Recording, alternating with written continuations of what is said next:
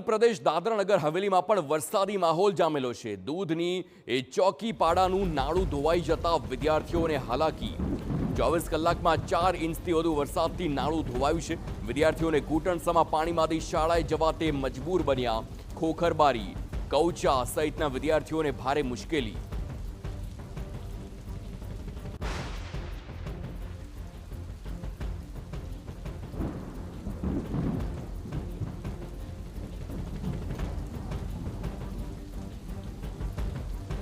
આ દ્રશ્યો જુઓ કેવી રીતે વિદ્યાર્થીઓ આ પ્રકારે જીવને જોખમમાં મૂકીને તે એકબીજાનો હાથ પકડીને આ પ્રકારે પાણીમાંથી નીકળવા માટે મજબૂર બન્યા છે। પાણી ઘૂંટણ જેટલું આવી ગયું છે, પરંતુ શાળાએ જવું એટલું જરૂરી હોય અને એટલા માટે થઈને જ આ તૂટેલો રસ્તો જ ના કહી શકાય તે પ્રકારની પરિસ્થિતિ। અને તેવામાં લાઇનબદ્ધ આ વિદ્યાર્થીઓ એક પછી એક આ રસ્તો પસાર કરી રહ્યા છે।